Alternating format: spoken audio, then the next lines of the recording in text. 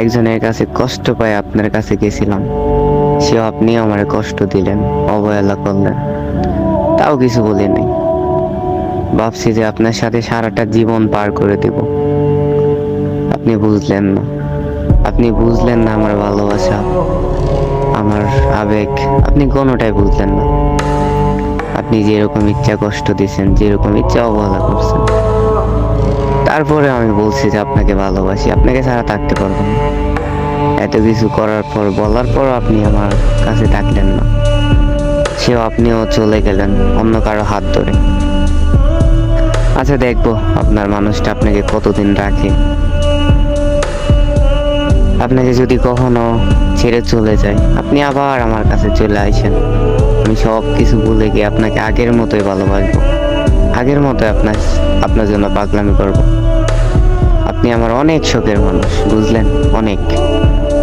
বিশ্বাস করেন, আপনাকে যদি একদিন পাইতাম তাহলে জড়ায় ধরে বলতাম, আমার মনের অনুভূতিগুলো আপনাকে বোঝানোর চেষ্টা করতাম, আপনাকে বলতাম যে আমি কতটা ভালোবাসি আপনাকে, বুঝলেন?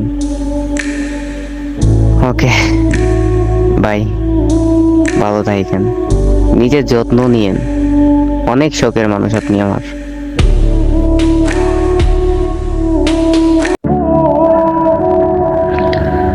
যেহেতু নতুন মানুষ পাইছেন, তো আমার তো আর কিছু করার নেই, তবে আপনার জন্য দোয়া করব, বুঝলেন?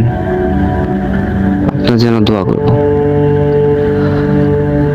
এখন আপনাকে আমি আকাশ পরিমাণ ভালোবাসি, ঠিক আগের মতোই। সেই মানুষটা যদি আপনাকে কোনোদিনও ছেড়ে চলে যায়, তাহলে আমার কাছে আবার ফিরে আসেন, আমি আপনাকে ঠিক আগের মতোই ভালোবাসবো, বুঝলেন? কারণ আপনি আমার একটা শখের মানুষ ছিলেন। সত্যি কথা বলতে আপনার মায়ায় আটকে গেছি আমি, তাই আপনারে ভুলতে পারতাছি না, বুঝলেন? অনেক ভালোবাসি আপনারে, অনেক। একদিন বুঝবেন, আপনি একদিন ঠিকই বুঝবেন।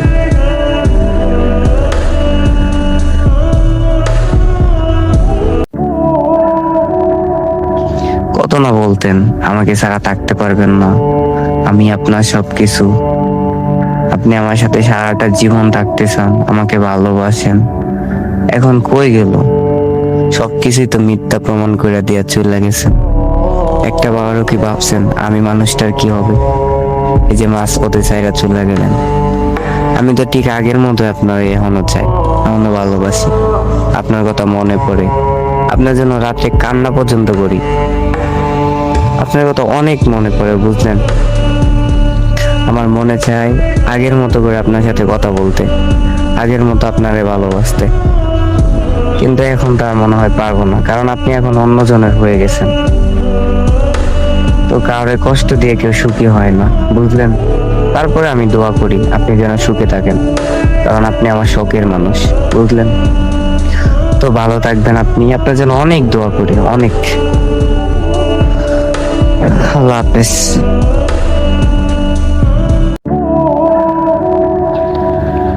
তো আর কি বলার, আর কিছুই বলার নেই।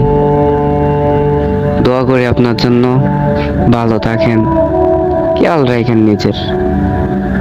তবে কখনো এটা বলতে পারবেন না যে আমি মানুষটা আপনারে ঠকাইছি। আমি আপনারে অনেক ভালোবাসতাম, আর এখনো অনেক ভালোবাসি, আর বেশি যাব, বুঝলেন? আপনি আমার অনেক শখের মানুষ ছিলেন, অনেক শখের।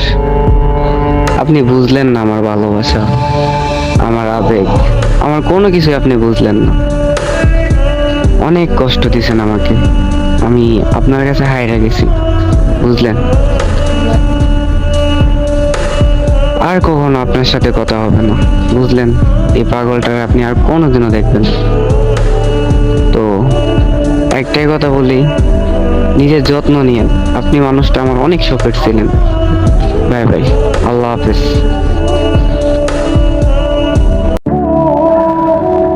এখন যেহেতু চলেই যাবেন, তাহলে কেন এত ভালোবাসছিলেন?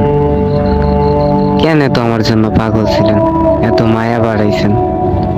এই যে মাঝপথে বলতেছেন যে আমাকে ছেড়ে চলে যাবেন, একবারও ভাবলেন না আমি মানুষটার কি হবে? এই যে আপনার জন্য এত পাগলামি করতাম, এতবার বলতাম ভালোবাসি, আপনি একটাবার কল না দিলে পাগল হয়ে যেতাম।